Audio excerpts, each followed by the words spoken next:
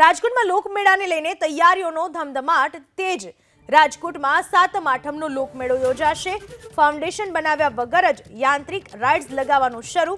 Soil report હકારાત્મક આવતા foundation બનાવવાનું ટાળ્યું। શરૂઆતથી રાઇડ્સ ખાતે ફાઉન્ડેશન બનાવવાને લઈને સર્જાયો હતો વિવાદ।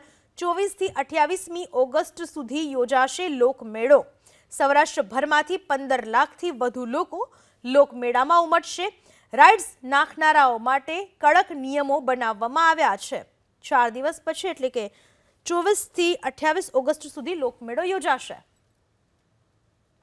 સાતમ આઠમનો તહેવાર આવી રહ્યો છે ત્યારે સૌરાષ્ટ્રભરમાં ધામે ધૂમે ઉજવણી થશે સાતમ આઠમના તહેવારની એટલે કે કૃષ્ણ જન્મોત્સવની અને અત્યારે તૈયારી શરૂ થઈ ગઈ છે। રાજકોટના રેસકોર્સની અંદર રેસકોર્સ ગ્રાઉન્ડની અંદર જબરજસ્ત લોકમેળો થવાનો છે અને લોકમેળો 5 દિવસ ચાલવાનો છે।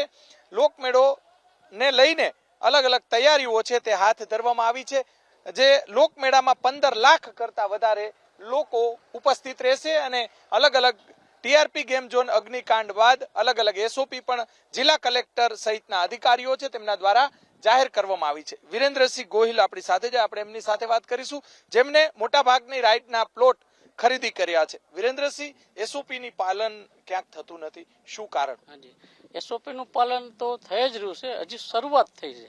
હજી એસઓપી ની મારે જે ધ્યાન છે ત્યાં સુધી હજી કોઈને ધ્યાનમાં બહુ ઓછી છે એસઓપી નું પાલન એટલે શું।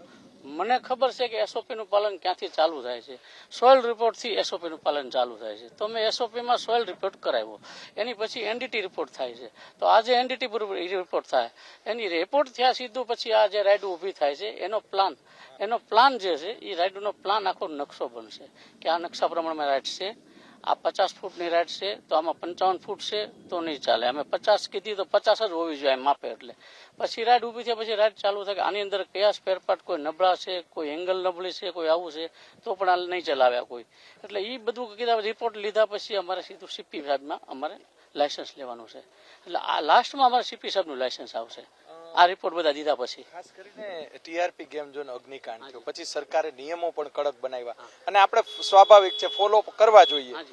સ્ટ્રક્ચર બનાવવાની શું વાત? સ્ટ્રક્ચર બનાવવાની એમ વાત જ્યાં જમીન તમારી નરમ હોય, જેમ કે અમદાવાદમાં કેમ ભૂવા પડી જાય છે રોડ માથે, કે કચ્છમાં જમીન થોડીક રેતરાળ હોય તો બધી ઓછી ઓલી કડક હોય તો એની અંદર ફાઉન્ડેશન ભરવા જરૂરી। ફાઉન્ડેશન એટલે બીજું મતલબ એ આવે છે હકીકતે કે વર્ષ 2 વર્ષ 3 વર્ષ એ કરવાનું હોય, પરમેનન્ટ કાંઈ હોય, પાર્ક હોય તો ત્યાં જરૂર બધું ચોક્કસ કરવું પડે છે।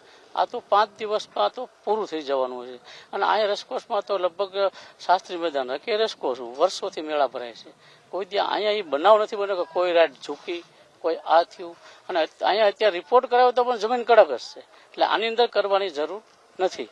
અને કોઈ પણ રાઈડ કદાચ એવી ખરાબ હોય કે તો એ રાઈડ ઊભી રાખી દેશે કમિટી, એ ફૂલ ચેકિંગ કરશે અને અમારે એનું પાલન કરવાનું છે। સોઇલ રિપોર્ટ આવી જશે અત્યારે, પછી સીધો એનડીટી રિપોર્ટ થાય અમારો।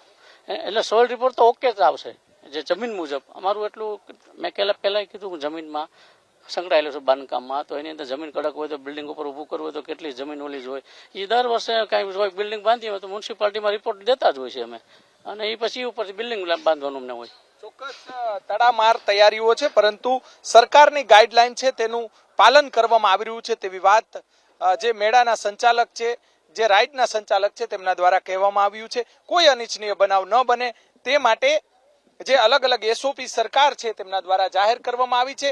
લોકમેળો 5 દિવસ યોજાશે, આગામી 24 તારીખથી લઈ અને જે 5 દિવસ સુધી આ લોકમેળાને લઈને તમામ તૈયારીઓ જિલ્લા વહીવટી તંત્ર, પોલીસ વિભાગ અને અલગ અલગ રાઇડના સંચાલકો અને જે અલગ અલગ સ્ટોલ્સ છે તેમના સંચાલકો દ્વારા તડામાર તૈયારીઓ કરવામાં આવી રહી છે। માત્ર રાજકોટ નહીં, સૌરાષ્ટ્ર અને ગુજરાતભરમાંથી 15 લાખ કરતા વધારે લોકો આ મેળાની મુલાકાત લેવાના છે। આ મેળાનું નામ પણ ધરોહર આ વખતે રાખવામાં આવ્યું છે, જે સૌથી મોટી બાબત કહી શકાય। દર વર્ષે નવું નામ આપવામાં આવે છે, સાથે સાથે સરકારની એસઓપીનું પાલન થાય તેવું પણ જરૂરી છે। કેમેરામેન શુભાષ્યાની સાથે પરાક્રમસિંહ જાડેજા, એબીપી અસ્મિતા, રાજકોટ।